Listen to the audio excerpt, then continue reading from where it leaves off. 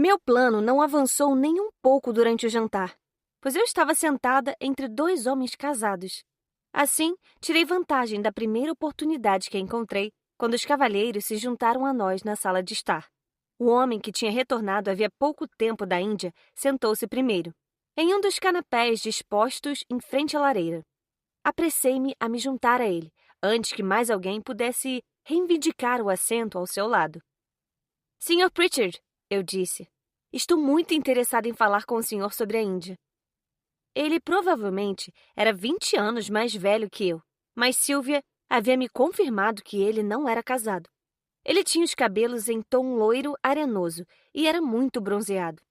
Eu o havia escolhido por saber que tínhamos interesses em comum. Despreocupado, ele passou alguns instantes pegando uma caixa de rapé do bolso, batendo-lhe com a unha e então a abrindo.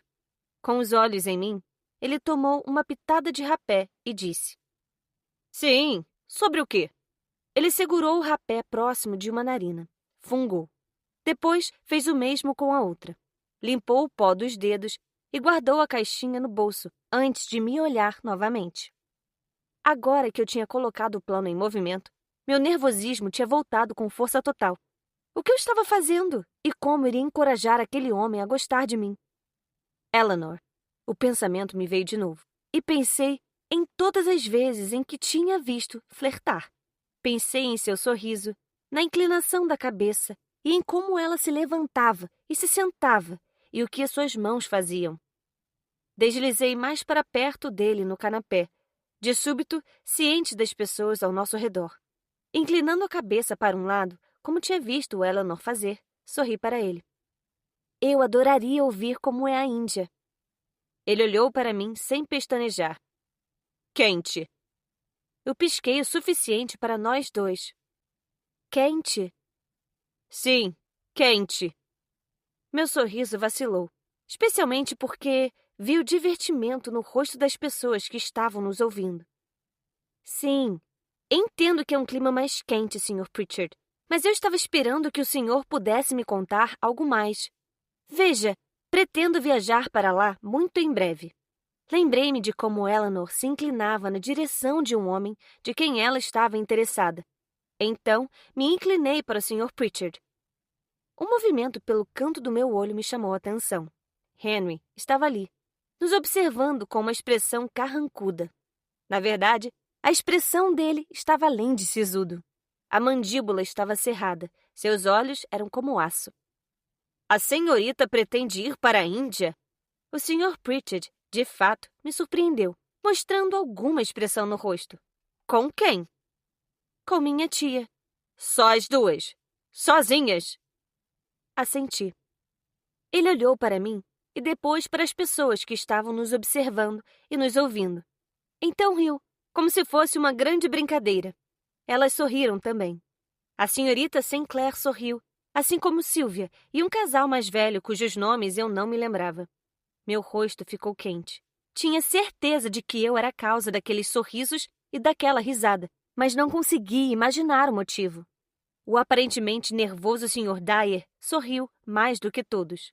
Não olhei para Henry para ver a reação dele. Por que o senhor acha divertido? Esqueci de sorrir e de me inclinar para ele. 2 razões. Ele levantou e abaixou um dedo de cada vez. 2 mulheres solteiras indo para a Índia sozinhas. Ele balançou a cabeça. Nunca ouvi nada mais tolo na minha vida. Ele se mexeu em seu lugar, como se para me dispensar, e virou para o outro lado. Apesar disso, meu orgulho não permitiria que eu perdesse. Eu não acho tolo. Falei alto o suficiente para todos no grupo ouvirem. Acho que é aventureiro. O Sr. Pritchard se virou de novo para mim, com uma sobrancelha levantada, e me olhou com desdém. Ele se remexeu no lugar novamente, mas dessa vez se inclinou mais para perto de mim. Olhando direto nos meus olhos, ele disse em uma voz contundente: A Índia não é lugar para meninas à procura de aventura. É um país hostil. A viagem por si só tem uma boa chance de matá-la. E, se a senhorita não se perder no mar, provavelmente vai morrer de alguma doença quando estiver lá. Seus olhos preguiçosamente percorreram minha figura. A senhorita não é feia. Seria melhor se casar e deixar as aventuras para aqueles que são adequados para aventuras. Ele se levantou, arrumou o casaco e se afastou de mim. Meu rosto queimava. Eu não ousava olhar para ninguém, mas sentia os olhares de todos. Senti o olhar de Henry e fiquei tão humilhada que achei que nunca seria capaz de olhar nos olhos dele outra vez. Depois de ficar sentada sem graça por um longo instante, eu me levantei e fui embora, com um ar mais casual que poderia me forçar a adotar. Eu não sabia para onde olhar ou ir. Sabia apenas que tinha que deixar o grupo que havia testemunhado minha humilhação nas mãos do Sr. Pritchard. Enquanto cruzava o salão, eu não tinha um porto seguro em mente. Mas, então, como um raio de sol, vi o olhar do Sr. Brandon Pye. Ele estava me observando de onde estava sentado, em um canto, longe bastante do grupo, para não ter ouvido minha conversa. Agarrando a coragem com mãos desesperadas, direcionei meus passos em sua direção. Eu tentaria mais uma vez. O Sr. Pritchard tinha sido cruel, e o nervoso Sr. Dyer claramente concordava com ele. O Sr. Brandon, por outro lado, era gentil. Eu conseguia perceber isso em seus olhos. Ele se levantou ao notar que eu me aproximava, curvou-se para mim e ofereceu, com um braço estendido, a cadeira ao seu lado. Sorri com satisfação. Ali, eu não tinha cometido um erro de julgamento. Ele era um homem gentil. Senhorita Worthington, está me parecendo um pouco corada. Talvez o fogo estivesse quente demais para a senhorita. Pressionei a mão na minha bochecha quente, pensando em como meu rosto queimava de vergonha, não do ar abafado. Talvez. Pensei bravamente no que tinha combinado com mamãe, na minha fuga para a Índia e no exemplo de Eleanor. Eu tentaria de novo. Tinha que tentar de novo. Não podia desistir de tudo por causa da grosseria de um só homem. Eu me sentei ao lado dele, sorri da forma como Eleanor tinha sorrido. Me inclinei em sua direção e lhe pedi para falar sobre si mesmo. Preciso conversar com você, Kitty. Sylvia estava diante de mim. Suas mãos enluvadas estavam cerradas em punhos, e um alerta ardia em seus olhos azuis e frios. Eu tinha acabado de passar 1 hora conversando com o Sr. Brandon Pye. Agir como Eleanor havia me esgotado, e a sala estava quente demais. Era buscando o frescor do corredor que eu tinha saído em direção às portas, e foi então que Sylvia me interceptou. Claro, eu disse, um pouco surpresa com seu comportamento. Seguia para fora do cômodo. Caminhamos pelo corredor e entramos na sala de jantar, que tinha sido limpa após a refeição e agora estava vazia. Ela fechou as portas com cuidado atrás de nós, antes de girar e ficar de frente para mim. Como pôde fazer isso, Kitty? Recuei um passo, assustada. Como pude o quê? Como pôde fazer isso comigo, depois de tudo o que eu fiz por você? Seu rosto estava cheio de manchas vermelhas e lágrimas faziam seus olhos brilharem. Completamente perplexa, eu balancei a cabeça. O que eu fiz para você? Ela deu um passo em minha direção, apontou um dedo no meu peito e disse com a voz embargada. Você acabou de passar 1 hora tentando roubar o Sr. Brandon de mim, depois que eu lhe disse que gostava dele. Depois de mostrar a citação que ele me deu. Seus lábios tremiam. A citação sobre mim. Talvez você não pensasse que foi significativa, porque não foi ele próprio que a escreveu, mas eu adorei. Foi a coisa mais doce que algum homem já fez por mim, e eu poderia facilmente me apaixonar por ele. E você sabia disso. E simplesmente ficou sentada lá e flertou com ele, do jeito mais óbvio e repulsivo. Fiquei boquiaberta com a primeira frase que ela havia me dito, e a fitei com perplexidade. Quer dizer que o papel veio do Sr. Brandon Pye? É claro que veio! Ela enxugou as bochechas. De quem mais poderia ter vindo? Do filho, é claro! Agora eu estava gritando. Eu estava horrorizada com o que tinha acabado de fazer, mas também chocada com Sylvia, por não ter imaginado que poderia ter havido uma confusão da minha parte. O homem que tem a idade próxima da sua! O bonito! Seus olhos se arregalaram com incredulidade. Ele é o filho mais novo, Kitty. Meus filhos nunca teriam chance de herdar nada. O pai, pelo menos, tem um título, mesmo que seja apenas o de barão. Além disso, eu nunca estaria interessada no filho. Ele me arrastaria pelo interior do país todo, falando de aventuras e me fazendo ir a lugares aonde eu não queria ir. Seria como estar casada com você. Eu iria odiar. Recuei, sentindo-me como se tivesse sido atingida. Eu pensei que fosse um elogio a mim você estar gostando do filho. Pensei que nós... Inspirei e soltei o ar com um sentimento de grande perda. Pensei que éramos antigas amigas queridas. Ela ficou em silêncio por um longo instante. Acho que fomos boas amigas de infância, Kitty, mas agora somos diferentes e já faz bastante tempo. Suspirei e esfreguei a testa como se eu estivesse, de repente, cansada demais para isso. Kate, por favor, apenas uma vez, me chame de Kate. Sua expressão endureceu novamente e ela olhou para mim franzindo os lábios com firmeza. Você nunca gostou de quem eu me tornei quando cresci, não é? Perguntei, de repente percebendo a verdade. É por isso que se recusa a me chamar de Kate. Ela ergueu um dos ombros de modo indiferente. Ela não precisava confirmar, eu sabia que era verdade. E com o conhecimento veio um sentimento pesado de perda. Não importa, eu disse. Não me importa de que forma você me chama. Sinto muito por ter flertado com o seu Sr. Brandon. Não fazia ideia. Se isso faz você se sentir melhor, não acho que haja alguma chance de eu tê-lo roubado de você. Ele não tirava os olhos de você. É verdade? Um pequeno sorriso apareceu. Sim, é verdade. Esperemos que nenhum dano permanente tenha sido feito. Puxei uma cadeira e me sentei pesadamente. Sentia-me derrotada. Lá se iam 2 dos meus pretendentes.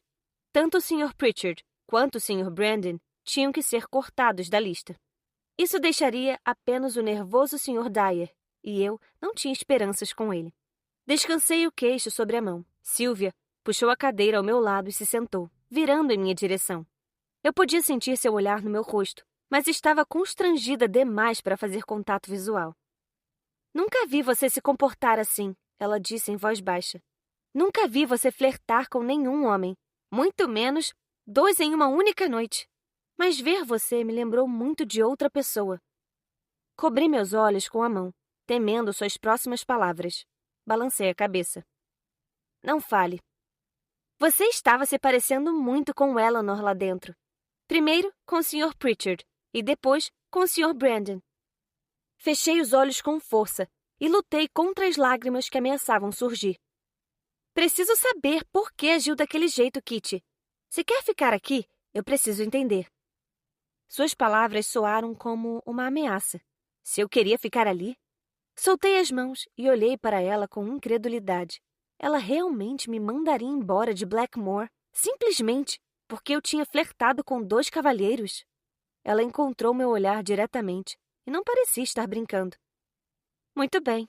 Vou contar por que flertei esta noite, mesmo que flertar não seja crime algum. Respirei fundo. Fiz um trato com mamãe. Ela vai me dar minha liberdade, a minha independência para ir à Índia, se eu receber e rejeitar 3 pedidos de casamento. Sylvia me encarou, depois riu, uma risada curta e sem humor. Então você pensou que poderia flertar com alguns cavalheiros e que então eles iriam lhe pedir em casamento? Meu rosto estava pegando fogo de novo. Já aconteceu com outras moças. Ela estava balançando a cabeça e sua descrença se transformou em algo que eu odiava ainda mais. Pena. Eu tenho que lhe dizer uma coisa Kate, eu não estou dizendo isso porque estou chateada com você. Vou lhe dizer porque sou sua amiga e você merece ouvir a verdade. Senti o pavor se acumular dentro de mim. Meu coração acelerou com nervosismo. Eu tinha uma boa certeza de que não queria ouvir fosse lá o que ela tivesse para me dizer. Inclinando-se em minha direção, ela me olhou nos olhos e disse: Nenhum homem aqui irá propor casamento a você. Estremeci. Meu orgulho se eriçou. Você parece tão segura de si, Sylvia. Minha voz saiu amarga. Como pode dizer isso? Porque todas as pessoas aqui são amigas da minha mãe, e todas elas sabem sobre Eleanor. Empalideci. Mas isso é notícia antiga. Agora ela é casada. Ela não pode mais prejudicar minha reputação. Sylvia balançou a cabeça e seus olhos azuis frios se encheram de pena. Há novos rumores em Londres. Eu não queria lhe dizer, mas todos em nosso círculo, a sociedade inteira, está falando a boca pequena sobre ela. Mas ela é casada, eu disse de novo, incapaz de pensar além. As mulheres casadas podem causar tanto escândalo quanto as solteiras, Sylvia disse com um olhar cansado. Abaixei a cabeça sobre as mãos, sentindo toda a esperança me abandonar. Na verdade, quando mamãe ouviu os boatos, ela escreveu para Henry e disse a ele que você não poderia mais vir para Blackmore. Mas Henry brigou com ela, e também fiquei do seu lado, Kitty. Eu disse que você nunca tinha se comportado como Eleanor, e nunca o faria. Eu disse a ela que nossos convidados não teriam nada a temer com sua companhia, que eles não seriam manchados por nenhum escândalo enquanto você estivesse aqui entre nós. Inspirei e expirei algumas vezes para tentar não chorar. Só quero ir para a Índia. Foi a única razão de eu ter feito o que fiz. Ela ficou em silêncio por tanto tempo que levantei a cabeça e olhei para ela. Condenação estava escrita em seu semblante, julgamento, repreensão e dispensa. Mesmo se houvesse alguma chance de você ser bem-sucedida, não acredito que usaria algum homem desavisado para conseguir o que quer. Você não pensou nas implicações morais do seu plano?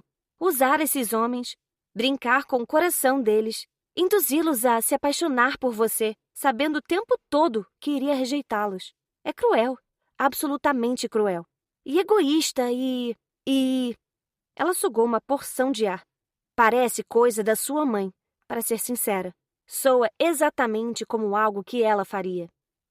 Eu me encolhi ao ouvir as palavras que ela estava jogando em mim. Não parece, retruquei. Minha voz soava selvagem.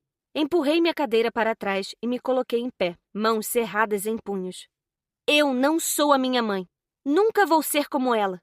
Não acredito que você pôde dizer isso, depois de todos esses anos sabendo como me sinto a respeito disso e como sou avessa a me tornar como ela. Como pôde dizer uma coisa dessas? Ela me encarou, seus olhos cheios de dor. Seus lábios estavam pressionados um no outro. Um pedido de desculpas não iria escapar deles. Era o que ela parecia dizer. Ela estava separada de mim. Sylvia me olhava como uma pessoa de quem ela tinha pena, não apreço. A verdade de suas palavras bateu à porta da minha alma, mas eu não a deixaria entrar, assim como Sylvia não deixava uma desculpa sair de dentro dela. Estávamos fora do alcance uma da outra, e depois de longos instantes de tensão, silêncio e teimosia de nós duas, ela olhou por cima do ombro na direção da porta, o caminho de volta para o mundo ao qual ela pertencia. Preciso retornar para os convidados. Mamãe vai se perguntar onde eu estou. Ela esperou, mudando de um pé para o outro, e eu senti uma rachadura nas minhas defesas. Um ponto fraco, onde a verdade me esfaqueava. Retorcia a lâmina e procurava uma abertura. Eu não podia suportar ter Sylvia como testemunha da minha vulnerabilidade. Passei por ela e eu mesma abri a porta. Deixei-a para trás com passos firmes, queixo empinado e o orgulho ferido de alguém que não queria admitir seus próprios erros. Mas, assim que abri a porta para a segunda sala de música, o cômodo que eu tinha chamado de meu, o cômodo onde ficava o pássaro silencioso e agitado, perdi tudo o que estava me protegendo. Pressionei a base das minhas mãos nos meus olhos quando a verdade encontrou a minha fraqueza. A expandiu e depois entrou para me cegar com a dor da clareza. Eu havia passado os últimos anos fugindo para evitar ser como minha mãe. Mas, em meu esforço de escapar do meu destino, eu tinha me tornado ela mesma. Eu estava disposta a usar os outros para meu próprio benefício. Eu estava disposta a mirar na fraqueza dos outros, suas esperanças e sonhos e os sentimentos mais ternos de seus corações. Manipulá-los e aprisioná-los para depois estripá-los. Tudo em nome do meu sonho indiano. E naquele momento de clareza, eu me odiava. Só uma coisa poderia acalmar uma alma tão devastada como a minha. Saí sorrateiramente da segunda sala de música, a sala do pássaro, como agora eu pensava nela, e encontrei a escada dos fundos que tinha descoberto durante minha exploração anterior. Eu não podia arriscar que algum dos hóspedes me visse assim. Eu não estava chorando, porém, muito, muito perto disso. Perto demais de permitir que o meu coração permanecesse naquele estado vulnerável. Subi correndo os 2 lances de escadas e segui pelo labirinto de corredores até chegar à ala oeste, tremendo com o frio do vento que se infiltrava através das paredes velhas de pedra. Só fiquei lá tempo suficiente para pegar meu Mozart no quarto e depois fugir de volta pelas escadas, correndo mais e mais rápido, sentindo meu coração se escancarar com o peso de todas as minhas descobertas da noite. Quando corri de volta para dentro da sala do pássaro, sem ser vista, levei apenas um instante para acender as velas extras no recinto e carreguei uma delas para perto do piano. Lancei um olhar para o pássaro na gaiola. Ele me fitou com os olhos brilhantes e solenes, virou a cabeça e bateu as asas, mas não cantou. Então, espalhei minhas partituras em cima do instrumento e me sentei. Fechei os olhos e prometi para mim que eu iria silenciar meu coração dolorido. Eu iria banir a humilhação que ardia dentro do meu peito. Iria parar meus pensamentos desesperados sobre o que eu tinha perdido quando entrei naquele acordo com mamãe. Não pensaria em como tinha me tornado igual a ela. Não sentiria desespero em relação à verdade. Mozart iria consertar tudo isso. Abri os olhos e respirei fundo. Depois pousei as mãos sobre as teclas e comecei a tocar. As notas do concerto número 21 de Mozart tinham sido feitas para marchar. Eu sempre as fazia marchar. E, controlando essas notas, eu controlava meu coração. Era assim que eu educava meu coração. Disciplina, ordem, razão. Essa era a essência do classicismo. Mas os soldadinhos não queriam marchar naquela noite. Assim que me sentei para tocar, as palavras de Sylvia voltaram a inundar minha mente. A humilhação dirigida a mim pelo Sr. Pritchard doeu de novo. Além disso, a descoberta de que eu nunca tive uma chance de ganhar meu acordo com mamãe. A descoberta de que agora eu teria de me entregar à vontade dela ensombreceu minha alma com um tipo mais profundo de desespero. Eu ansiava por Mozart para corrigir tudo isso. Eu ansiava pelo desapego e pela clareza. Toquei meu concerto inteiro uma vez e comecei de novo. Mas meu coração pulsava dentro do meu peito arfante de desespero e de humilhação e da inutilidade de tudo o que eu tinha tentado fazer acontecer por mim. Meu coração gritava comigo, dizendo que nenhuma música poderia corrigir essa situação. Nenhuma filosofia poderia fazer reparações no fato de eu perder o trato com mamãe. Nada poderia desfazer o trabalho que eu tinha feito quando me propus a me tornar como ela. Lutei com a música, mesmo enquanto as lágrimas escorriam pelas minhas faces. Lutei contra aqueles soldadinhos de notas e contra o meu coração. Mas os soldados saltavam para fora, ou colidiam uns com os outros, ou caíam para os lados e não ficavam no lugar. Pare! Eu me afastei bruscamente do teclado assustada. Meu olhar voou para um homem que vinha entrando a passos largos na sala, agitando os braços. Pare! Pare com isso imediatamente! Era Herspaw, com seu cabelo indomável e seu forte sotaque alemão. Ele andou depressa com urgência e veio até mim. A senhorita tem que parar com isso. Com o que está fazendo não está certo. Eu o fitei, estupefata. Ele esfregou a mão na cabeça, respirou com dificuldade, como se tivesse vindo correndo desde a sala de estar. Então perguntou, em voz suave. O que está fazendo, Fräulein? Eu estou tocando. Eu estou tocando Mozart. Não, isso não é tocar. Ele balançou a cabeça e acenou com as mãos, como se tentando apagar da mente o que tinha acabado de ouvir. Isso é lutar. Você está lutando contra essa música. Ele se inclinou sobre mim, dando uma olhadela no meu rosto. Ele tinha olhos azuis cristalinos e, por um momento, senti um arrepio de medo. Ali estava alguém que podia ver minha alma, eu sentia. E havia tanta coisa que não queria que ninguém visse. Existe uma guerra, uma luta interior aqui. Ele bateu com 2 dedos no meu peito, logo abaixo da clavícula. O demônio que a senhorita enfrenta a impede de fazer música excelente. A senhorita deve encontrar a música certa para sua luta, para seu demônio. Em confusão, eu apenas olhava para ele. Entendi seu inglês, mas suas palavras não faziam sentido algum para minha mente de formação clássica. Ele tocou meu peito novamente. Encontre a música que liberta esse monstro que luta e que se debate dentro de você. A senhorita não pode dominá-lo. A música vai sofrer.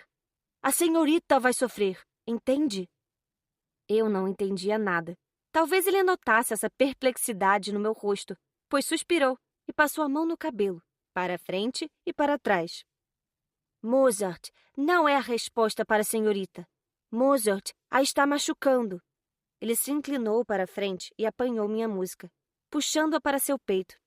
Em seguida, baixou a cabeça para mim e disse: Lamento, mas preciso levar isto. Sem mais uma palavra, ele caminhou apressado pela sala e saiu. Fiquei sem chão. Fitei a porta, atordoada, esperando que ele retornasse e me dissesse que tudo tinha sido uma piada, mas ele não reapareceu. Deslizei do banco do piano, me levantei e caminhei apaticamente para a gaiola. Ajoelhando-me diante dela, fiquei olhando para o pássaro escuro e silencioso. Toquei as barras de ferro douradas, de leve. Então deslizei os dedos por seu comprimento. Meu coração estava se partindo. Não havia como remendar essa rachadura. Era profunda demais. Meus dedos se curvaram ao redor das barras da gaiola, e eu senti como se ela fosse tão forte quanto era decorativa. E, de repente, eu a odiava. Odiava tudo a respeito dela e tudo sobre a gaiola de minha própria vida.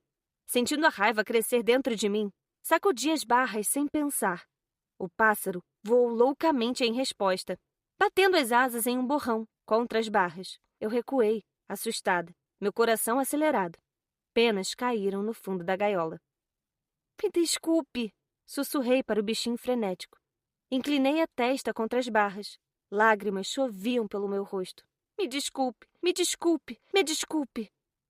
O chão era duro e frio sob meus joelhos, mas não deixei a vigília que fazia na frente da gaiola. Era tanto um túmulo quanto um santuário para mim. Um símbolo do que minha vida tinha se tornado, assim como um altar em que eu rezava por libertação. E eu não sabia como deixar aquele lugar até ter recuperado alguma esperança pelo meu futuro. Não me virei quando ouvi o ranger da porta se abrindo. Não me virei quando ouvi meu nome, com um questionamento na voz. Não me virei quando passos se aproximaram de mim, suaves e comedidos, e pararam bem ao meu lado. Mantive o olhar fixo no pássaro, que estava empoleirado, mas pelo canto do olho vi Henry se abaixar para se sentar no chão ao meu lado. O que Sylvia lhe disse? Minha voz estava áspera. Meu nariz ainda estava entupido por causa de todo o meu choro. Sylvia? Nada. Olhei para ele. Então por que você está aqui? Eu não deveria ter olhado para ele. Seu olhar era gentil demais, preocupado demais.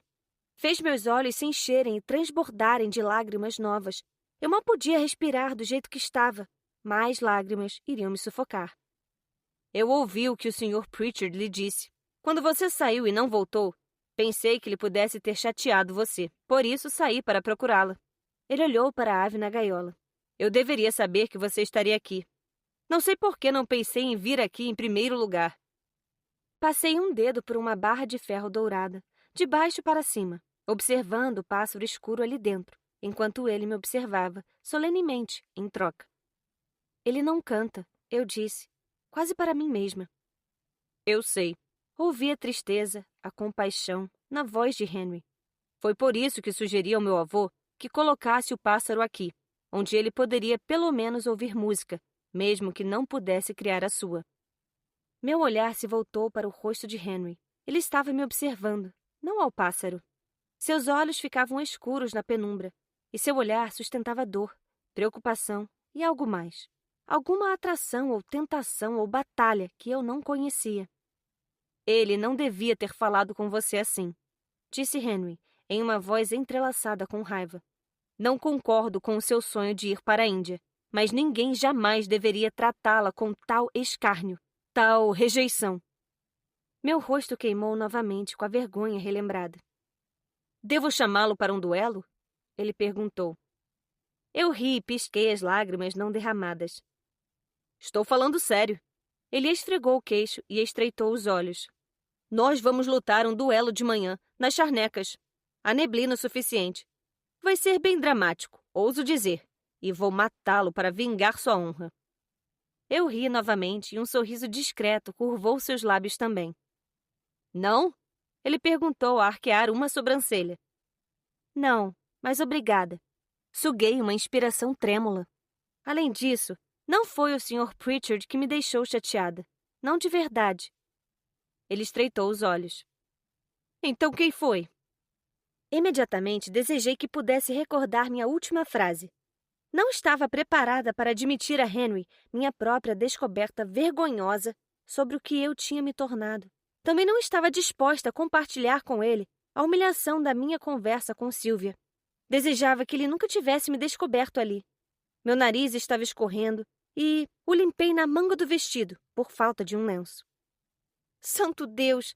Eu estava me comportando exatamente como Maria, sentada em um lugar estranho, chorando e deixando meu nariz escorrendo e minhas lágrimas caindo pelo rosto.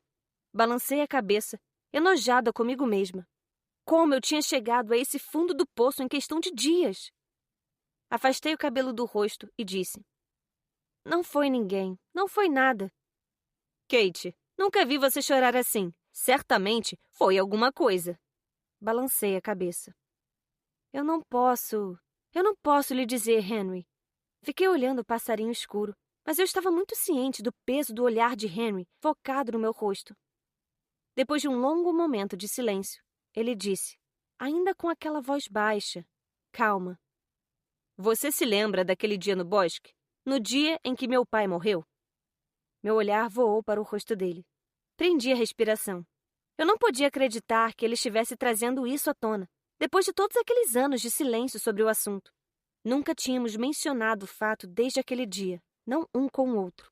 Eu tampouco tinha falado daquilo com alguém, e seriamente duvidava que Henry tivesse. E agora, depois de todo aquele tempo... É claro, sussurrei.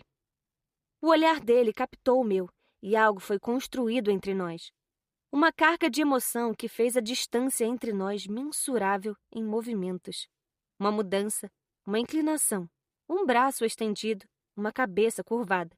Mas estávamos perfeitamente imóveis, com apenas essa memória a nos interligar. Até que ele se inclinou para a frente e estendeu a mão para tocar meu punho. Sua mão se moveu até meu braço delicadamente e acompanhou a curva do meu ombro. E só quando ele tinha me ancorado ali, ele disse: Nunca consegui encontrar as palavras para lhe dizer o que aquilo significou para mim. Sua voz era suave e rouca, como uma carícia. Algo estremeceu dentro de mim. Mesmo agora, depois de todos esses anos, ainda estou sem palavras, mas naquele dia prometi para mim que, se alguma vez eu encontrasse você se afogando, se algum dia encontrasse você precisando ser salva, eu faria qualquer coisa ao meu alcance para ajudá-la. Sem aviso, uma lágrima rolou na minha face. Henry tirou a mão do meu ombro e enxugou a lágrima do meu rosto. Em seguida, ele se afastou para trás e suspirou. Mas você não quer se abrir para mim. Ele levantou uma sobrancelha. Talvez eu não tenha feito por merecer a sua confiança. Meus lábios tremeram e com um sopro trêmulo eu disse: Não, você fez. Ele ficou ali, esperando, como se prestes a esperar durante a noite toda se fosse preciso.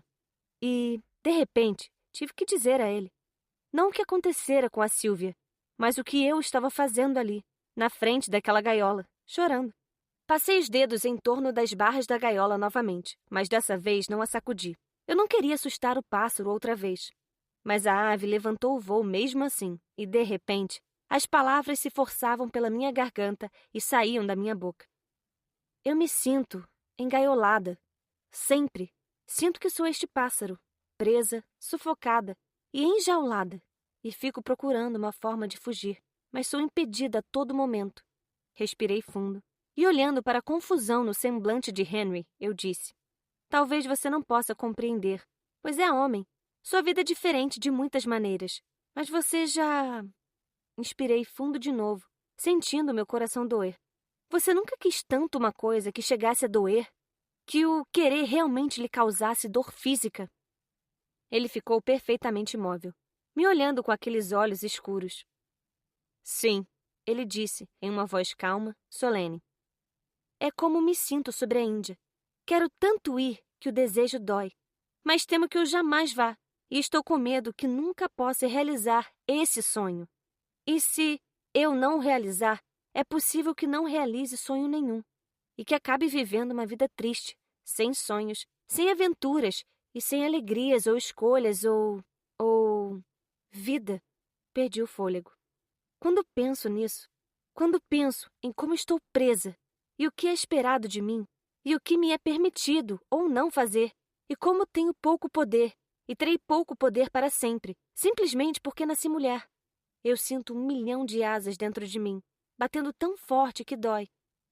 Minha voz começou a falhar por causa das novas lágrimas que se derramavam. E nem posso tocar Mozart sem ter Herr Spohr me dizendo que é errado para mim. E se não posso ter a Índia nem Mozart, então o que me resta?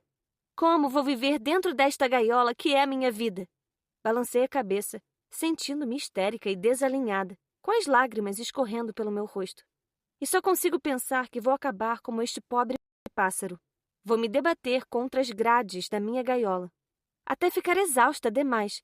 Depois vou desistir e viver o resto da vida sem uma canção e dentro de uma sala esquecida. Minha voz falhou e apertei os lábios, selando mais palavras que queriam ser libertas. Eu não conseguia olhar Henry nos olhos no meu esforço para controlar as emoções. Era tolo comparar minha tristeza em perder meu sonho da Índia com a tristeza de Henry em perder o pai. Era tolo ter sentimentos tão profundos sobre algo assim. Henry devia estar pensando isso. Ele nunca tinha entendido meu desejo de ir para a Índia. E, de repente, eu estava dolorosamente com medo de que ele fosse desprezar minhas palavras, não conseguir entender o sentimento nelas ou desprezar meu sonho como algo trivial. Em vez disso, ele disse, em tom cuidadoso: Então você é este pássaro, nesta gaiola. Confirmei com a cabeça. E você vê apenas uma opção para si mesma: se debater contra as barras até ficar exausta e desistir de todos os seus sonhos. Assenti novamente e depois me atrevi a olhar para ele. Henry me observava com uma expressão de compaixão misturada com afeto. Depois de um longo momento me observando, ele olhou para o pássaro escuro dentro da gaiola e fez algo com ela. Um pequeno movimento que provocou a abertura da porta. Henry colocou a mão lá dentro e eu prendi a respiração ao vê-lo pegar o pássaro. Henry foi muito cuidadoso e gentil ao unir as mãos em concha ao redor da ave e tirá-la da gaiola. Ele virou-se para mim, estendendo as mãos. Olhei para ele e depois para o pássaro, que tentava bater as asas e se esforçava para se libertar. Aqui, pegue. Ele segurou o pássaro em minha direção, aconchegado em suas mãos bondosas e delicadas. Estendi a mão hesitante. Deslizei as mãos dentro das de Henry, até meus dedos se curvarem em torno do pequeno pássaro. As penas pretas lustrosas pareciam seda sob meus dedos. Senti os ossos frágeis por baixo e o movimento das asas que queriam voar. Está segurando? Henry perguntou. Confirmei com a cabeça, minha respiração rápida de nervosismo. Então, Henry afastou suas mãos e eu segurei o pássaro sozinha. Percebi sua ânsia de voar, seus movimentos rápidos, o batimento veloz de seu coração. Abri as mãos e ele voou. O pássaro levantou o voo com uma confusão de asas e uma velocidade quase frenética. Ao observá-lo se movimentar acima de nós, eu me senti repentina e acentuadamente viva. Ri por uma razão que eu não sabia explicar. Olhei para Henry. Ele estava me observando com um sorriso. Tem que haver mais de uma opção na vida, Kate. Ele disse. Simplesmente tem que haver. Eu me inclinei contra a parede, deitei a cabeça para trás e vi o pássaro negro voar para o alto, ao mesmo tempo que as palavras de Henry giravam e giravam na minha mente. Ele se apoiou na parede perto de mim, braços tocando os meus. Temos que apanhá-lo, eu disse, e devolvê-lo à gaiola. Olhei para o teto alto e fiquei me perguntando como pegaria aquele pássaro.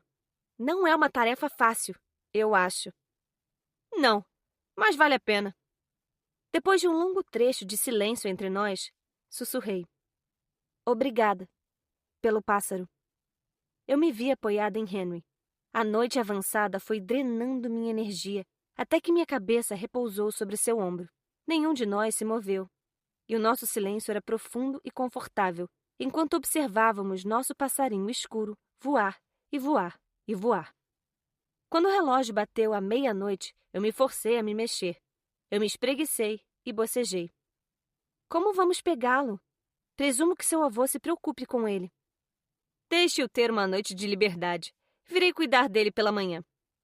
Sonolenta, vi Henry dar a volta na sala e apagar todas as velas, menos uma, que ele pegou e levou conosco quando saímos do quarto. Ele fechou a porta com cuidado atrás de nós.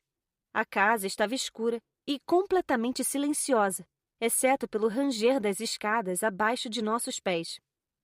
Caminhamos em silêncio até a ala oeste, e quando chegamos ao meu quarto, senti uma sensação incômoda, como se houvesse uma solução para meu problema bem diante de mim, mas que eu não conseguia enxergar. Porém, quanto mais tentava analisá-la, mais confusa ela se tornava. Henry parou diante da minha porta e a abriu sem fazer barulho. Boa noite, meu pequeno pássaro, ele murmurou, tão baixinho que fiquei me perguntando se eu tinha imaginado a parte do pequeno pássaro, ou a nota de ternura em sua voz. Fiquei na porta aberta do quarto e o vi andar pelo corredor. Dessa vez, ele não se apressou. E eu não me mexi até a luz que ele carregava consigo deslizar na esquina dos corredores e me deixar na escuridão. Só então me virei de frente para meu quarto silencioso e para os medos com os quais eu tinha sido deixada. Uma coisa era libertar um pássaro, mas como diabos eu poderia me libertar? Fiquei acordada, ouvindo os gemidos, rangidos e o vento soprando do oceano e percorrendo as charnecas. Pensei no meu acordo com mamãe e uma onda de desesperança me dominou novamente, de novo e de novo. Eu vacilava entre imagens do coelho preso na armadilha e o obscuro pássaro voando livre, sentindo desespero, e depois uma réstia de esperança, até que já não podia mais organizar meus pensamentos ou sentimentos, e finalmente, exausta e desgastada, caí em um sono perturbado. Acordei com um canto de pássaro. Meu quarto estava envolto em trevas e, no meu sono agitado, as cobertas tinham se enrolado em torno das minhas pernas e criado um casulo cor de ameixa. Chutei para me livrar delas e me libertar, e andei apressada pelo chão frio de madeira para puxar as cortinas de lado e abrir a janela. A bruma impedia minha visão à direita e à esquerda, cobrindo o chão como outro casulo. O sol ainda não tinha subido no céu, mas havia sinais de que estivesse a caminho. O céu cada vez mais claro no leste e o canto dos pássaros. Apoiei os cotovelos no parapeito da janela, inclinei-me para fora e respirei o ar frio e úmido. Fechei os olhos e apurei os ouvidos para os cantos que eu conhecia. O melro, a andorinha, a cotovia, o pardal, o tordo e o pintacilgo. Mas eu estava longe de casa, e os pássaros ali na borda do mundo cantavam canções que eram novas para mim. Puxei a cabeça para dentro, fechei a janela e corri para me vestir. Eu tinha que ser rápida, antes que o sol se levantasse e aquietasse algumas daquelas aves. Vesti minhas roupas mais quentes às pressas e não me incomodei com o meu cabelo. Enfiei as botas nos pés enquanto corria pelo corredor, pulando num pé só e me abaixando para encaixar o calçado. Depois, corri escada abaixo e não me incomodei em procurar por uma porta dos fundos. Corri direto para o grande saguão de entrada e saí pelas altas portas da frente. O nevoeiro me envolveu, com seus dedos frios, molhados, que iam rastejando ao meu redor. Segui diretamente o rumo oeste, o qual eu sabia que me levaria para as charnecas, já que o mar delimitava a fronteira leste da casa. A terra estava encoberta de branco. Mas, quando senti a urze seca triturar sob meus pés, eu sabia que estava no lugar certo. Um grande afloramento de rocha se elevava da névoa, e direcionei meus passos para ele. O céu azul marinho ia clareando para um tom mais límpido e claro de azul à medida que eu caminhava. A samambaia e a urze, molhadas de orvalho e bruma, roçavam minhas saias. Cavalos relinchavam em pastos muito distantes, porém, eram os pássaros que eu estava realmente prestando atenção. Quando cheguei à rocha, parei por tempo suficiente apenas para procurar uma maneira de escalá-la. Era maior do que eu tinha pensado de início, ao longe. Ela se elevava como um castelo denteado, esculpido pelo vento, e eu precisei inclinar a cabeça para trás para enxergar o topo. Escorreguei 2 vezes na superfície molhada, mas me agarrei com as 2 mãos e me impulsionei para o topo. Sentada no meu poleiro, com as mãos dobradas sobre o colo, eu respirava o ar frio e assistia ao nevoeiro desvanecer pouco a pouco, enquanto o canto dos pássaros soava ao meu redor. Havia chilreios e guinchados, cacarejos, zumbidos e doces assobios agudos e penetrantes. Eu não conhecia nenhum deles. Sentada em cima daquela pedra no meio da charneca, rodeada por uma terra desconhecida e por pássaros estranhos, eu me senti pequena. Ou melhor, senti a vastidão do que eu desconhecia, do que não tinha experimentado e do que nunca tinha visto. Assustou-me perceber como eu realmente sabia pouco sobre o mundo. Assustou-me porque eu não tinha ideia de como cumprir o trato como mãe. Eu não tinha plano para ganhar a minha liberdade. E, se não pudesse ganhar a liberdade, meu mundo seria sempre, precisamente, pequeno desse jeito. O céu tinha uma cor rosada e de pêssego agora, e eu sabia que o sol iria se mostrar logo logo. Em breve, o nevoeiro iria se extinguir da terra e deixar tudo límpido.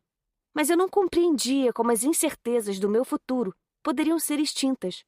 Como eu poderia ver meu caminho claramente dali para uma nova vida, na Índia, com tia Charlotte. Henry dissera que tinha de haver mais de uma opção na vida. Mas o fato era que eu havia me ligado à mamãe. Tinha entrado em uma barganha da qual não poderia sair ganhando. Eu não poderia vencer nem de modo prático, nem de modo ético. Não conseguiria 3 cavalheiros ali que me pedissem em casamento. Isso me deixava no poder da minha mãe. O arrependimento pelo meu negócio apressado ameaçava me virar do avesso. Fechei os olhos e desejei que pudesse voltar no tempo e desfazer o pacto que eu havia feito. Por que tinha lhe dado essa opção tão abrangente com o resultado? Por que não consegui prever o fracasso? Agora, porém, eu me encolhia por dentro só de pensar no que ela poderia fazer assim que tomasse conhecimento do meu fracasso. Algumas ideias óbvias me vieram à mente. Ela poderia me obrigar a me casar com o Sr. Cooper. Poderia me despachar para viver com Eleanor em Londres e cuidar dos filhos dela. Poderia até mesmo maquinar alguma solução, como tinha feito com Eleanor em Brighton. Estremeci só de pensar no que ela poderia sonhar em pôr em prática. Não havia limites para o seu oportunismo e também nenhum empecilho moral. O silvo familiar atiçou meus ouvidos. Inclinei a cabeça, prestei mais atenção e o ouvi novamente. Era um Melro, com seu chamado de regresso ao lar. Um sorriso invadiu meu rosto. Posicionei as mãos em concha ao redor da boca e assobiei de volta para ele. Um momento depois, o chamado veio de novo. Ficamos trocando chamados, enquanto eu espiava entre a bruma, na esperança de ver a silhueta de Henry. Contudo, ele nunca veio, e depois de uma longa espera, eu me dei conta, para meu desgosto, que devia estar ouvindo um Melro de verdade. Suspirei, inclinei-me para trás, apoiada nas mãos, e virei o rosto para o céu cada vez mais claro. Um pensamento cutucava minha consciência, uma sugestão de pensamento. Certa sensação de que havia uma solução para meu problema e que eu iria encontrá-la, se apenas pudesse refletir por tempo e com afinco suficientes. Repassei na memória a conversa que tive com mamãe em seu quarto. Ela queria que eu me comprometesse a me casar. Eu tinha insistido que nunca o faria. Tinha gritado com ela. Eu me lembrei. Tinha lhe perguntado quantas propostas de casamento eu teria de recusar antes de ela acreditar que eu estava falando sério sobre nunca me casar. 3. Eu me sentei com as costas eretas. Será que eu tinha certeza de que essas tinham sido nossas palavras? Pensei cuidadosamente. A conversa parecia ter sido queimada na minha memória. Era tudo significativo demais. Eu não me lembraria incorretamente do acontecido. Sim, eu tinha certeza. Havia perguntado sobre as propostas. Ela me dera o número 3. Eu não precisava convencer 3 cavalheiros a pedirem minha mão. Só precisava receber 3 pedidos. Esperança e alívio me inundaram. Tão leves e livres como o pássaro escuro saindo da gaiola e voando para o alto. Eu precisava de apenas um homem que estivesse disposto a me propor casamento 3 vezes. Um homem que fosse amigo suficiente para me conceder esse favor. Um sorriso passou pela minha face. Mas quase imediatamente o voo da minha esperança vacilou. Meu coração pareceu adoecer. Eu poderia fazer uma coisa dessas? Poderia realmente pedir a Henry que me propusesse casamento? E se ele concordasse com tal embuste? Será que eu poderia suportar a agonia de ouvi-lo dizer as palavras pelas quais eu tinha ansiado por tanto tempo, sabendo que teria de recusá-lo? Uma onda de pavor rolou dentro de mim, puxando as partes do meu coração que eu tinha deixado bem fechadas. Agarrei meus cabelos soprados pelo vento com uma das mãos e repousei a testa na outra. O perigo residia nessa manobra. Não por Henry. Ele já tinha seu caminho estabelecido pela frente. Ele tinha sua senhorita St. Clair, sua Blackmore e a renda da propriedade para lhe prover conforto e respeitabilidade por uma vida inteira. Ele não sofreria de me conceder esse favor. Mas... era muito possível que eu acabasse sofrendo. Levantei a cabeça e mandei o pensamento embora, depressa, antes que ele tivesse tempo de se enraizar. Nada de ruim aconteceria. Essa era a minha fuga. Essa era a resposta para meus problemas, e meu coração não estava em perigo. Eu tinha trancado tudo bem apertado havia 1 ano e meio. Meu coração estava preso. Ele faria exatamente o que eu exigisse. Afinal de contas, eu tinha visto Henry quase todos os dias daqueles últimos 18 meses, e mesmo assim, nunca tinha vacilado em minha decisão. Nenhuma só vez questionei minhas decisões ou fiz qualquer coisa para enfraquecê-las. Não por toque, por palavra ou por ação. Eu poderia pedir que Henry me fizesse 3 propostas de casamento. Ele faria isso por mim. E então eu teria o meu sonho indiano. O impulso de entusiasmo subiu tão veloz e furioso dentro de mim que me senti em perigo de levantar voo. Eu me ergui do meu poleiro e desci pelo afloramento de pedra. Meus pés escorregaram na rocha lisa. Minhas mãos se arranharam. Escorreguei e deslizei, e o chão subiu em minha direção, tudo rápido demais. Um som pulsante e rápido alcançou meus ouvidos, enquanto eu apalpava em volta de mim um apoio de mãos no qual me segurar. Minhas pernas balançavam no ar. Olhei por cima do ombro e verifiquei o terreno abaixo de mim. Encontrei-o dentro de alcance. Larguei o corpo para cair em pé.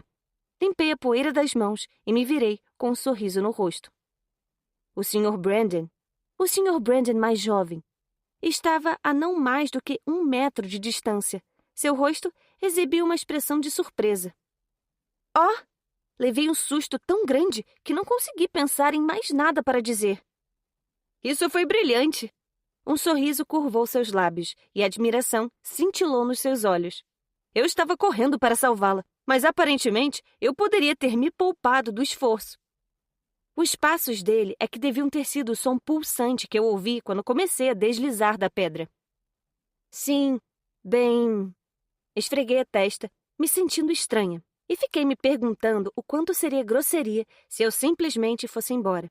Mas ele parecia estar esperando por algum tipo de explicação, então dei de ombros. Eu pulo muito de janelas. Seu sorriso completo era mais do que contagiante, era deslumbrante, especialmente com a luz do sol, que enfim brilhava através da bruma, fazendo seus cabelos castanhos reluzirem com fios de dourado. É verdade? Ele perguntou, aproximando-se um pouco mais de mim. Empurrei meu cabelo emaranhado para trás, pensando em como tinha vindo para a charneca direto da cama, em como o vento estava chicoteando meu cabelo e em como eu devia parecer no mínimo desalinhada, se não coisa pior. Mas o brilho de admiração não deixou os olhos do Sr. Brandon mais jovem, que eram, eu notei, quase exatamente do mesmo verde-louro da vegetação que nos rodeava. Seu sorriso era como uma dose extra de sol dirigida a mim. E por que pularia muito de janela, senhorita Worthington? Senti meu rosto aquecer. De repente, lembrei-me do que Sylvia tinha me dito na noite anterior, sobre como todos pensavam tão pouco de mim por causa da reputação da minha família. Lembrei-me de como ela havia dado risada da ideia de que nenhum homem ali jamais pediria minha mão. E, embora eu nunca tivesse agido de forma escandalosa, certamente Não havia feito um grande esforço para agir de forma apropriada naquela manhã. Mas, assim como me contorcia por dentro, com o constrangimento de todos esses pensamentos, um deles, claro e redentor, me veio à mente. Eu tinha descoberto a minha outra opção. Iria escapar dali com a ajuda de Henry, iria para a Índia, e nunca mais teria de ver esse Sr. Brandon nem o pai dele. Nunca teria que me envergonhar de ser uma Worthington. Os escândalos da minha irmã não iriam reverberar em mim lá. E minha tia Charlotte me entenderia. Eu nunca teria que tentar conseguir a atenção de um homem novamente. Sorri com alívio, com uma felicidade pura e irrestrita, com o pensamento de liberdade e independência que estava ao alcance das minhas mãos. E decidi que não dava a mínima para o que esse Sr. Brandon pensava de mim. Eu lhe respondi honestamente. Sinto uma necessidade frequente de fugir. Ambas as suas sobrancelhas dispararam para o alto. E a janela é a rota de fuga de sua escolha? Uma porta não basta? Um sorriso melancólico retorceu meus lábios. Às vezes, uma janela é a única aventura que uma moça pode ter, Sr. Brandon. Ele se aproximou ainda mais, e agora eu podia ver a leve barba despontando na linha de seu maxilar, e tive que admitir que ele era bonito. Ele era muito bonito, na verdade. A senhorita se torna mais interessante a cada segundo, senhorita Worthington. Seus olhos diziam a mesma coisa. Ele me observava com tal intensidade que corei. Mais uma vez, me preocupei com minha aparência desmazelada. É uma grande aventureira, então. Foi isso que lhe atraiu para fora de casa tão cedo? Nada tão interessante, receio. Sorri. Só saí para ouvir os pássaros. Aqui eles são diferentes das nossas aves em Lancashire, obviamente. Ele estava me olhando como se eu fosse alguma criatura estranha, que ele nunca tinha visto antes. Como será que meu cabelo estava? Afastei-o do meu rosto, mas o vento soprou e o bagunçou de novo, chicoteando meus cabelos e minhas saias, e fazendo a urze dançar ao vento e as gramas altas ondularem como as ondas do mar. Afastei-me do Sr. Brandon, gesticulei sobre o ombro na direção que eu pensava estar a casa, e disse, eu deveria voltar para casa. Se puder me dar licença... Não, eu não posso. Parei e olhei para ele. Perdão? Ele balançou a cabeça. Não, a senhorita não pode me dizer que veio até aqui para ouvir os pássaros e depois me deixar sem nada além de curiosidade. Dei uma risada incerta. Não é uma coisa tão incomum assim, tenho certeza. Gostar de pássaros. Ah, não. Tenho certeza de que não é. Quem não gosta de pássaros? Sua voz baixou e ficou mais íntima quando ele disse. Mas a senhorita saiu para as charnecas antes do amanhecer para ouvir pássaros. E isso, senhorita Worthington, a torna fascinante. Suas palavras, seu sorriso e seu olhar, tudo combinado, me surpreenderam e me deixaram sem fala. Só me restava olhar para ele, vendo-o sorrir para mim, e um rubor tomou conta do meu rosto. Parece surpresa, ele disse em voz baixa. Eu ri, não sabia mais o que fazer. Desculpe-me, não estou acostumada com pessoas achando fascinante meu interesse em aves. Seu sorriso se alargou bastante. Melhor para mim, então. E o que faz aqui, Sr. Brandon, tão cedo? Ele inspirou profundamente e ergueu o rosto para o céu, onde o sol tinha acabado de saltar no horizonte em toda a sua glória dourada. Vim aqui fora para explorar. É a minha primeira vez nas charnecas, veja bem. E estar em um local como esse, ter o mar e a charneca ao mesmo tempo, é um tanto... Seu olhar se fixou em mim. É o melhor dos mundos, não é? Balancei a cabeça, concordando com seu sentimento. O sol ficou mais forte, a luz se modificou, e eu mudei de ideia sobre a cor dos olhos dele. Não era o verde da charneca, era o verde das árvores da minha terra. Ele era dourado sob a luz do amanhecer. Cabelos e pele dourados, e leve barba por fazer no maxilar e no queixo. Ele era alto, percebi, provavelmente alto como Henry. E, de repente, me perguntei como Sylvia poderia ignorar o filho e preferir o pai. Ele fez um gesto para a esquerda. Me acompanha no caminho de volta? Estou muito faminto depois de toda a minha exploração, e imagino que a senhorita também, depois de sua própria aventura. Andei ao lado dele, Depois de um momento, limpei a garganta e comecei a falar. Falando da minha aventura, o senhor poderia não dizer aos outros sobre isso? Receio que alguns não aprovariam. Ele olhou rapidamente para mim, sobrancelha arqueada, mas apenas sorriu. Eu ficaria contente em ter um segredo em comum com a senhorita Worthington. Quase não tive tempo de pensar em suas palavras antes que ele dissesse. Bem, agora me conte sobre suas aves. Olhei para ele. O vento soprou meu cabelo em volta do rosto. Contar o quê? Tudo, alguma coisa. O que lhe interessa? Seus cantos, sua natureza. Olhei de relance para ele, perguntando se estava realmente tão interessado como sua voz deixava transparecer. Mas seu olhar quase não desviava do meu rosto, e sua expressão não era nada menos do que fascinada. Pouquíssimas pessoas, de fato, me faziam um convite para falar sobre meu interesse em aves, e me vi, de repente, ansiosa para falar. Como grupo, são enganosas. Podem nos levar a pensar que todas as aves são semelhantes, mas há muitas singularidades de uma espécie para outra. Ele assentiu com a cabeça, então prossegui. O canto de cada ave é identificável. Os chamados são muito mais complexos do que gorjeios ou os silvos. O melro, por exemplo, soa assim. Produziu o assobio que Henry e eu tínhamos passado horas aperfeiçoando em um dia chuvoso. Havia alguns anos. Ele levantou as sobrancelhas. Então mais cedo foi a senhorita, não foi? Eu ouvi o assobio na charneca. Confirmei com a cabeça. Bem, um dos assobios era meu. O outro era um pássaro real, suponho. Pensei outra vez em como eu havia ficado decepcionada por Henry não ter saído do meio da bruma. Qual é seu pássaro favorito? Perguntou o Sr. Brandon. Fiz um aceno de desdém. Isso é impossível responder. Seu sorriso brilhou. Muito bem. Fale-me sobre um dos seus favoritos. Refleti por um momento antes de responder. Eu poderia ter contado sobre a cotovia, mas senti que estaria traindo Henry de alguma forma se falasse sobre a cotovia. A urze seca deu lugar à grama verde que circundava Blackmore. O sol agora estava totalmente no alto. A luz dourada e o calor extinguiam a bruma pouco a pouco. O Sr. Brandon parou de andar e virou de frente para mim, esperando. Também parei e pensei nos pássaros que eu amava. Finalmente, respondi.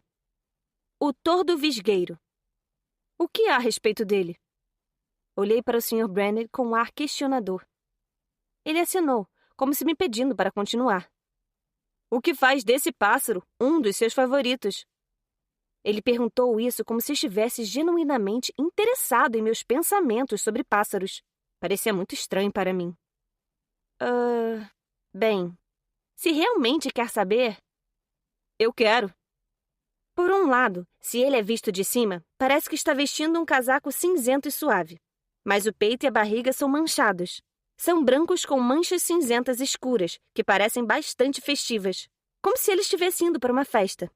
Podemos considerá-lo uma criatura enfadonha, até ver aquelas manchas vistosas. E então sabemos que, de início, nós o tínhamos interpretado mal. Nós o subestimamos. Respirei fundo. Mas acho que o que mais gosto no tordo visgueiro é como... Ele é audacioso. Ele se empolera no topo de árvores muito grandes e canta cara a cara com uma tempestade. Como se a desafiasse a assustá-lo. Como se para provar que ele pode cantar mais do que um vendaval. E é tão corajoso. Sorri e encolhi os ombros. Eu o admiro. O Sr. Brandon estava me estudando com um olhar que eu não conseguia interpretar. Ele quase parecia olhar para mim da mesma maneira que eu olhava para os meus pássaros. De repente, eu me senti transparente e cruzei os braços à frente do peito. O senhor acha isso estranho? Que eu admire uma ave? De forma alguma. Ele respondeu vivamente. Na verdade, de repente, eu mesmo fiquei muito interessado em aves. O vento soprou do mar, jogando meu cabelo no rosto em uma bagunça emaranhada. Eu o afastei e segurei com uma das mãos, virando-me para que o vento soprasse meu cabelo para trás. Falando dos vendavais, comentei. Sim, vamos entrar, disse o Sr. Brandon e caminhou ao meu lado, pelo gramado e pelo pátio frontal da propriedade. E depois através das portas de Blackmore. Cruzei o grande saguão de entrada, ansiosa para subir e me arrumar, a fim de parecer decente antes que alguém me visse naquele estado. Na curva da escada, eu podia olhar para cima e ver a pintura de Phaeton no teto abobadado. Ou podia olhar para baixo, para o saguão de entrada abaixo de mim. Olhei para baixo, e ali, parado e olhando para mim, estava o Sr. Brandon, com aquele seu sorriso contagiante no rosto, e não pude deixar de sorrir de volta. Estava claro que ele tinha visto meu sorriso de retribuição. Meu rosto queimou por um motivo que eu não conseguia nomear, e me apressei a virar as costas e esconder meu rubor dele. Vi apenas um borrão, antes de esbarrar em alguém que estava atrás de mim. « Oh, perdoe-me! » eu disse, segurando o corrimão para recuperar o equilíbrio. A Sra. Delafield recuou bruscamente. « Mas olhe por onde anda, Kitty! »« Sinto muito, não vi a senhora. » A Sra. Delafield direcionou os olhos azuis e frios em mim, e em seguida, o olhar dela mirou para cima e se demorou no meu cabelo.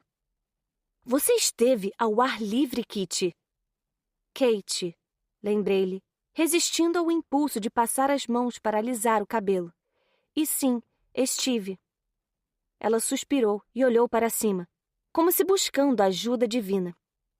Tenho que lhe falar sobre o que é um comportamento aceitável enquanto você estiver aqui. Não pude me impedir de olhar por cima do ombro. Senti a chegada de um sermão, e não queria que o Sr. Brandon o ouvisse. Mas ele estava ali embaixo, ainda olhando para cima, e a voz da Sra. Delafield foi levada claramente pelo espaço abobadado entre nós. A Sra. Delafield deu um passo adiante, olhou por cima da balustrada e sua mão agarrou o corrimão de madeira. As veias no dorso de suas mãos estavam saltadas. « Sr. Brandon? » A voz era o epítome da polidez tensa. « Bom dia. Espero que tenha tido uma boa noite de sono. »« Tive, obrigado. » Seu sorriso se alterou do largo e contagiante que eu acabava de admirar para algo mais controlado e estritamente educado. Eu me afastei do corrimão. « Se me der licença, Sra. Delafield. »« Kitty, eu gostaria de dar uma palavrinha com você. » Parei no lugar e fiquei observando com um pavor cada vez maior ela se aproximar de mim. Inclinando-se em minha direção, ela sussurrou.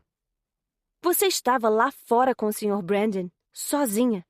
Vocês dois tiveram algum tipo de reunião? »« É claro que não, » sussurrei horrorizada.